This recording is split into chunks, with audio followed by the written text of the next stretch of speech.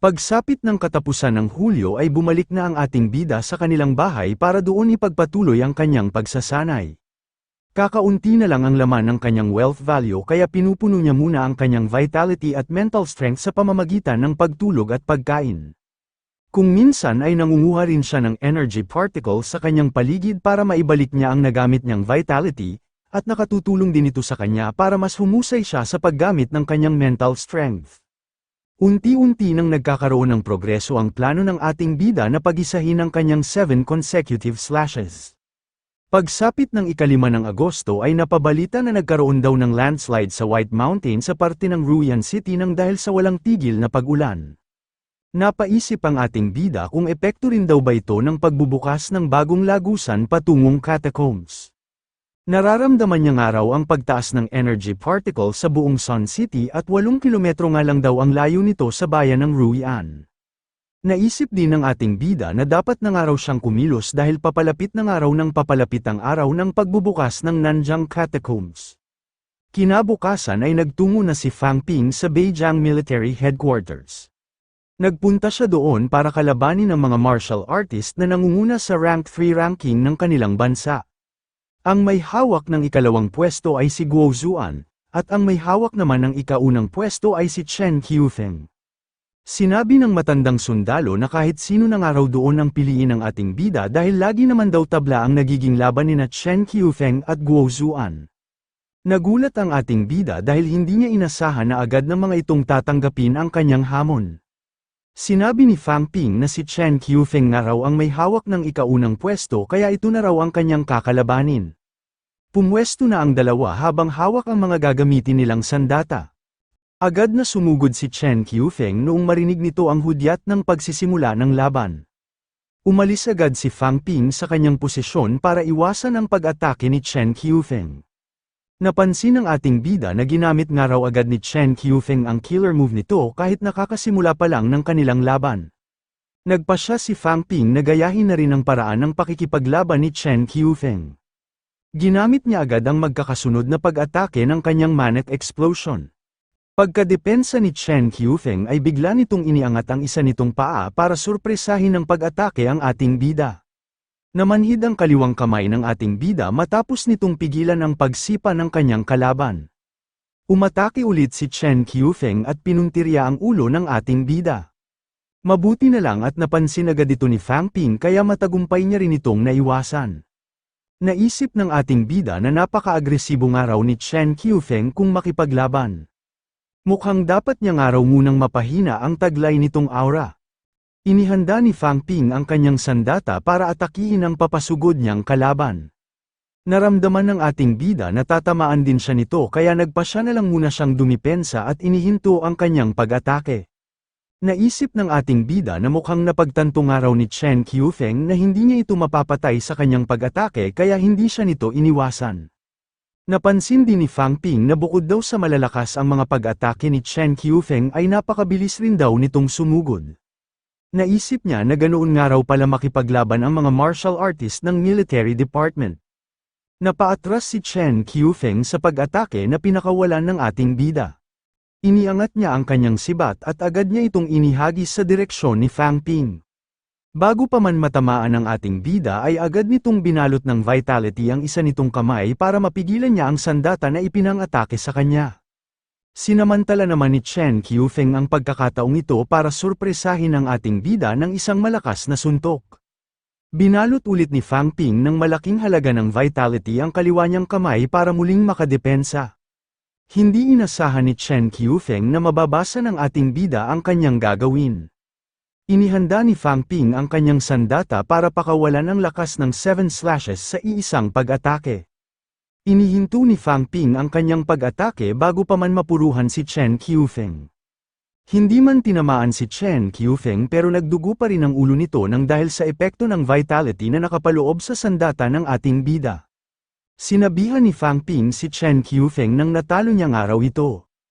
Sinabi ni Chen Qiufeng na bukod daw sa gumawa ang ating bida ng isang vitality explosion sa kaliwa nitong kamay ay nag-iwan din daw ito ng vitality sa kabila nitong kamay para maatake siya nito. Tinanong ni Chen Qiufeng kung gaano na ba raw kataas ang vitality ng ating bida. Sumagot naman si Fang Ping nang nasa mahigit 1,400 kal ng araw ito. Sinabi ni Chen Qiufeng na napakalakas nga raw ng ating bida, bukod daw sa vitality nito ay mukhang mataas na rin daw ang mental strength nito. Hindi pa nga lang daw ito masyadong tuso, madali na nga lang daw siya nitong mapapatay kapag nasanay na ito sa kanyang bilis. Naisip ni Fang Ping na marahil nga raw ay mas malakas pa si Ling Yi kay Chen Qiufeng. Pero napakarahas nga raw nitong makipaglaban at hindi ito natatakot na ilagay sa panganib ang sarili nitong buhay. Kung magkakalaban nga raw ang mga ito ay mapipinsala ng malaki si Chen Qiufeng pero mapapatay naman daw nito si Ling Yi. Sinabi ni Fang Ping na nagpunta lang daw siya doon para makipag-sparring at wala raw siyang intensyon na pumatay ng kahit na sino. Tinanong ng matandang sundalo ang ating bida kung gusto ba raw muna nitong magsanay ng ilang araw sa kanilang Beijing military. Alam niya nga raw na malakas na ito pero napansin niya nga raw na kulang pa ito sa karanasan. Nagpasalamat si Fang Ping sa natanggap niyang imbitasyon, pero pinaliwanag niya na kailangan na raw niyang bumalik sa Magic University dahil marami pa raw siyang kailangang gawin. Nang hinayang ang matandang sundalo sa pagtanggi ng ating bida sa kanyang paanyaya. Nakiusap si Guo Zuan sa ating bida na kapag nakabalik na raw ito sa Magic University ay tingnan-tingnan nga raw nito ang kanyang kapatid na si Guo Sheng. Nagulat si Fang Ping noong marinig niya ang pangalan ng isa sa mga miyembro ng itinayo niyang society. Binanggit ni Guo Zuan na ayaw niya raw talagang maging isang martial artist si Guo Sheng, pero nagpumilit nga raw ito kaya hindi na niya ito napigilan. Nakiusap rin si Chen Qiufeng sa ating bida na pakitingnan rin daw nito si Chen Yangxi kapag nakabalik na ito sa Magic University. Tinanong ni Fang Ping si Chen Qiufeng kung kapatid rin daw ba nito si Chen Yangxi. Sumagot naman si Chen Qiufeng nang pinsan niya lang daw ito. Naisip ni Fang Ping na bakit parang nagkaroon nga raw sila doon ng family revealing session, wala nga raw siyang kaalam-alam na pinsan pala ni Chen Yangxi ang kanyang nakalaban. Tinanong niya na rin ang matandang sundalo kung may kamag-anak rin daw ba ito na gustong ipagbilin sa kanya. Natawa ang matandang sundalo at tumugon na wala raw siyang ipagbibilin na kamag-anak. Pero pinayuhan niya rin ang ating bida na dapat nga raw itong mag-focus sa sarili nito para maging isa itong Grandmaster. Ang isa nga raw Grandmaster ay nakakayang pumatay ng libu-libong rank 3, mas tataas nga raw ang pag-asa nila kapag nadagdagan ang bilang ng mga Grandmaster ng kanilang bansa. Sinabihan ni Fang Ping ang matandang sundalo nang huwag nga raw itong mag-alala dahil malapit na nga raw itong mangyari. Naisip ng matandang sundalo na sana nga raw ay ganoon lang ito kadaling gawin. Sa loob nga raw ng mahigit 100 taon ay nakagawa lang ng nasa 300 Grandmaster ang kanilang bansa at halos kalahati nga raw nito ay mahigit na sa 80 taon ang edad. Sa ngayon nga raw ay wala pang 20 taong gulang ang ating bida, ilang taon pa nga raw kaya ang kanilang hihintayin kung sakali mang maging isa itong Grandmaster. Pagsapit ng ika-8 ng Agosto ay nagkaroon na ulit ng bagong update ang ranking ng mga rank 3 ng Sino Nation. Ngayon ay si Fang Ping na ang may hawak ng ika-unang pwesto sa lahat ng mga rank 3 martial artist. Pagkabalik ni Fang Ping sa Magic University ay agad itong nagtungo sa Logistics Department. Nagtaka ang ating bida kung mali ba raw siya ng napuntahang lugar. Tinanong niya ang kaharap niyang babae kung nasaan na nga raw si Teacher Lee, bakit nga raw hindi na niya ito makita doon.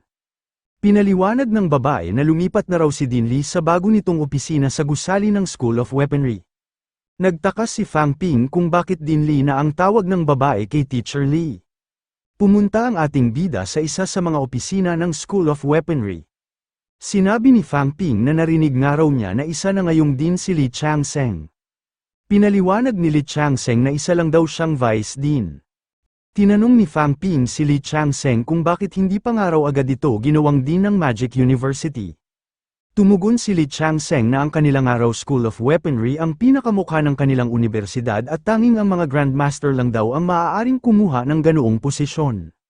Sinabihan ni Li Changseng ang ating bida nang magpunta ng araw ito sa kanilang laboratorio para makuhanan na agad ito ng ilang mga samples. Huwag na nga raw muna siya nitong guluhin dahil marami pa raw siyang kailangang gawin. Tinanong ni Fang Ping si Vice Dean Li Changseng kung kailangan niya pa ba raw talagang magpunta sa kanilang laboratorio. Pinaliwanag ni Li Changseng na lahat nga raw ng kanilang mga rank 7 to rank 9 martial artist ay kusang nagbibigay ng blood at bone samples pagkatapos na mga itong makapag-breakthrough. Wala naman daw silang masamang intensyon sa ating bida, Gusto lang daw nilang makapag-develop ng mga bagong pills na maaaring magamit ng lahat. Sinabi ni Li Changsheng na kahit wala man daw ma-develop sa mga samples na makukuha sa ating bida, ang mahalagang araw ay nakapagbigay ito ng ambag sa siyensya ng sangkatauhan. Naisip ni Fang Ping na lahat naman daw pala ng kanilang mga Grandmaster ay nagpapakuha ng mga ganoong sample. Dapat nga raw ay ipinaliwanag agad ito sa kanya ni Vice Dean Li Changsheng para hindi siya natakot ng walang dahilan. Binanggit ni Fang Ping na dumaan daw siya doon para magtanong ng ilang tips kung paano siya makakapag-breakthrough sa pagiging isang rank 4 martial artist. Nagulat si Vice Dean Li sa bilis ng paglakas ng ating bida, natatandaan niya nga raw na hindi pa ito isang ganap na martial artist noong pumasok ito sa kanilang unibersidad. Halos hindi pa nga raw natatapos ang isang taon pero malapit na agad itong makapag-breakthrough sa pagiging isang rank 4 martial artist. Pinaliwanag ni Li Changsheng na kung gusto nga raw ng ating bida na makarating sa rank 4 ay kailangan nga raw nitong magsanay gamit ang libro na tinatawag na Cultivation Method Internal Organs Volume. Dapat nga raw itong makabuo ng isang bridge na magdudugtong sa internal at external vitality para mapatibay nito ang mga internal organs nito. Ang bridge nga raw na kanyang binabanggit ay ang representasyon ng energy passageways. At ang internal organs naman daw na kanyang tinutukoy ay ang 5 viscera at 6 bowels ng human body. Sinabi ni Fang Ping na alam na niya nga raw ang mga internal organs na nasa libro maliban lamang sa triple heater. Pinaliwanag ni Li Changsheng na ang triple heater daw ay ang nagre-representa sa 3 pinto na nasa kanilang katawan. Hindi nga raw ito nahahawakan na gaya ng ibang mga organs, at mas may hahalintulad nga raw ito sa mental strength. Binanggit ni Li Changsheng na nakakaranas nga raw ng pagbaba ng vitality ang mga martial artist habang tumatanda ang mga ito. Sa sandaling maging rank 6 na nga raw ang isang martial artist ay mapipigilan na nga raw nito ang pagbaba ng taglay nitong vitality sa pamamagitan ng pagsasara sa triple heater. Tinanong ni Fang Ping si Vice Dean Li kung ano nga raw ang ibig sabihin noon. Sinabi ni Li Changsheng na hindi pa nga raw ito maiintindihan ng ating bida kaya mas mabuti raw na mag-focus na lang sila sa mga bagay na may kaugnayan sa pag-breakthrough sa pagiging isang rank 4. Pinaliwanag ni Li Changsheng na kailangan daw makabuo ng ating bida ng 5 bridge na magkokonekta sa 5 nitong organs, kapag nakabuo nga raw ito ng isa ay makakapag-breakthrough na nga raw ito sa rank 4. Kapag napagkonekta naman daw nito ang 5 bridge ay magiging isa na nga raw itong intermediate rank 4 martial artist. Pagkatapos nga raw nitong mapatibay ang puso nito ay magiging isa na itong advanced rank 4, at kapag napatibay naman daw nito ang 5 nitong organs ay makakatungtong na nga raw ito sa peak rank 4. Ang 6 bowels naman daw ng ating bida ay sa rank 5 pa nito kailangang patibayin. Tinanong ni Fang Ping si Vice Dean Li kung hindi ba raw delikado na patibayin niya ang kanyang puso. Sinabi ni Li Changsheng na delikado nga raw ito lalo na't isa ito sa pinakaimportanteng bahagi ng kanilang katawan. Ang pagpapatibay nga raw nito ay nangangailangan ng malaking halaga ng vitality. Mabuti na nga lang daw at halos unlimited ang vitality ng ating bida, hindi na nga raw nito kailangang gumastos ng academic points para gumamit ng vitality pool. Iginiit naman ni Fang Ping na kailangan niya nga raw gumamit ng vitality pool. Naisip ng ating bida na kakaunti na nga lang daw ang kanyang wealth value kaya hindi niya raw mapupuno ng paulit-ulit ang kanyang vitality. Sinabi ni Li Changsheng na wag daw mag-alala ang ating bida, maaari nga raw itong bumili ng ilang internal organ protection pills bilang paghahanda sa pag-breakthrough nito. Kung natatakot nga raw itong mamatay ay maaari niya naman itong bantayan habang nasa proseso ito ng pag-breakthrough. Medyo na-insulto man ang ating bida sa kanyang mga narinig pero tinanggap na rin niya ang sinabi ni Li Changsheng na babantayan daw siya nito. Naisip ng ating bida na hindi niya nga raw tatanggihan ang offer ni Vice Dean Li lalo na't nagkusa naman ito. Sinabi ni Li Changsheng na isang araw prodigy ang ating bida kaya hindi raw ito dapat masyadong sumusunod sa mga paraan na nakalagay sa libro.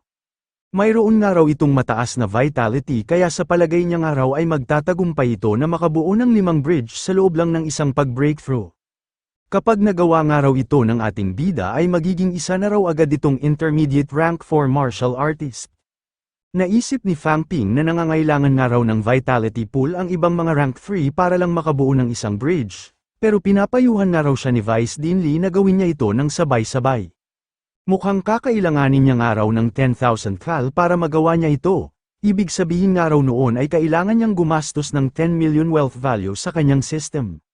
Sinabi ni Fang Ping na hindi niya nga raw gagawin ang ipinapayo ni Vice Dean Li. Sinabihan ni Li Changsheng ang ating bida nang wag daw itong matakot dahil hindi naman daw ito delikado. Naisip ni Fang Ping na bakit naman daw siya matatakot kung ganoon lang siya kadali makakarating sa intermediate rank 4. Wala nga lang daw siyang kumpiyansa na gawin ito dahil kapos pa nga raw siya ngayon sa pera. Akala nga raw yata ni Vice Dean Li ay basta niya lang hinuhugot sa hangin ang lahat ng kanyang vitality. Sinabi ni Fang Ping na babasahin niya raw muna ang dala niyang libro at pag-iisipan niya rin daw ng mabuti ang ipinayo sa kanya ni Vice Dean Li. Hahanapin na nga lang daw niya ito kapag nagdesisyon na siyang mag-breakthrough.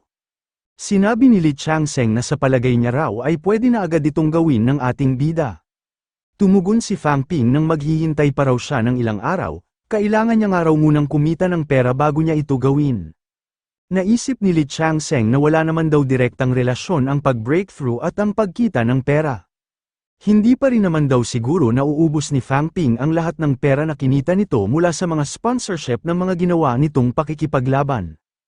Puro na nga lang daw pera ang laman ng utak ng ating bida, pero wala naman daw siyang rason para pagsabihan ito lalo na't mabilis naman itong lumalakas.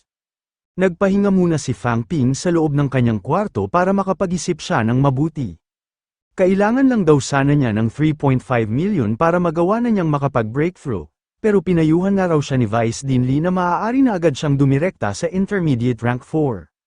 Kapag nakagawa nga raw siya agad ng 5 bridge ay maaari na niyang hamunin si Zhang Yu lalo na't magiging ka-rank na niya rin ito. Mas masarap nga raw sa pakiramdam ang makipaglaban sa mga martial artist na kaparehas niya ng ranggo. Malapit na rin daw niyang maabutan si Wang Jinyang na isa na ngayong advanced rank 4. Namumroblema ang ating bida kung saan daw siya makakakuha ng kakailanganin niyang pera. Hindi nga raw siya makakapasok sa Magic University Catacombs dahil pinagbawalan siya ng mga teaching advisor. Kapag pumasok naman daw siya sa ibang mga catacombs ay hindi naman daw siya pamilyar sa mga pupuntahan niyang lugar. Nag-isip si Fang Ping ng paraan na maaari niyang gawin para kumita agad siya ng malaking halaga ng pera. Habang kumakain ay nabigla sina Ling Yi at Han Shu sa patalastas na ipinapalabas sa telebisyon. Nagtuturo si Fang Ping kung paano pumatay ng mga halimaw sa laro na tinatawag na World of Little Monster. Tinanong ni Ling Yi si Han Shu kung ito nga ba raw ang walang hiya na tumalo sa kanya. Sinabi ni Han Shu na si Fang Ping na nga raw ngayon ang pinakamalakas na rank 3 martial artist, pero bakit nga raw lumalabas pa rin ito sa telebisyon at nakikipaglaban sa mga cartoon monster? Ipinalabas din sa telebisyon ang commercial ni Fang Ping tungkol sa isang brand ng sapatos. Nagulat si Fang Yuna noong mapanood nito ang kanyang kuya. Napaisip siya kung ganoon na ba raw talaga ito kahirap para tumanggap ng mga ganoong commercial.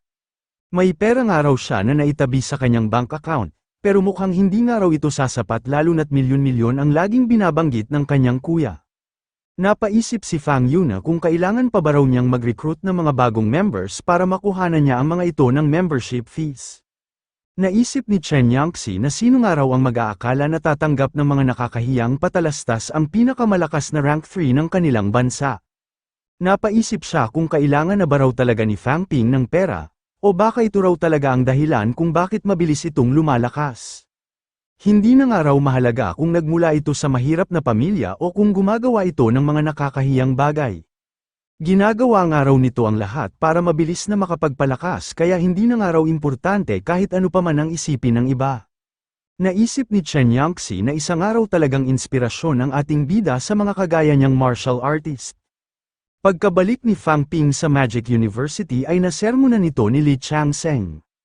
Nangatwiran ang ating bida na wala naman daw siyang ginagawang mali dahil hindi naman daw siya nang dadaya o nagnanakaw. Sinabi ni Vice Dean Li na si Fang Ping na nga raw ngayon ang pinakamalakas na rank 3, ibig sabihin nga raw noon ay dinadala na rin ito ang pangalan ng kanilang universidad. Sa ginagawa nga raw nitong pagtanggap ng kung ano-anong advertising job ay binibigyan nga raw sila nito ng kahihiyan. Nangatwiran si Fang Ping nang bakit nga raw siya pinapagalitan ni Vice Dean Li gayong mas importante naman daw talaga ang pera kaysa sa kahit na anong reputasyon. Maliliit man daw ang mga kumpanya na kumuha sa kanya pero mabibilis naman daw ang mga itong magbayad. Sa loob nga lang daw ng 3 araw ay kumita na agad siya ng 42 million mula sa 12 advertisement na kanyang tinanggap. Nagulat si Lee Chang-seng sa laki ng halaga na kanyang narinig. Tinanong niya ang ating bida kung ganoon na lang ba raw talaga kadaling kumita ng pera ngayon. Pinaliwanag ni Fang Ping na naging posible lang daw ito nang dahil sa kanyang kasikatan. Naisip ni Vice Dean Lee na rank 3 pa nga lang daw ang ating bida pero mayroon na raw agad itong B-grade weapon at rank 5 leather armor. Mga resources na nga lang daw ang kailangan nitong bilhin pero mukhang sapat na naman daw ang lahat ng mga kinita nitong pera. Sinabi ni Lee Chang-seng na hahayaan na raw niya ang ating bida dahil hindi naman daw siya ang teaching advisor nito. Binanggit niya rin na mataas nga raw ang pride ni Lu Fengro kaya tiyak nga raw siya na malalagot si Fang Ping kapag nakarating na dito ang mga pinaggagawa nito.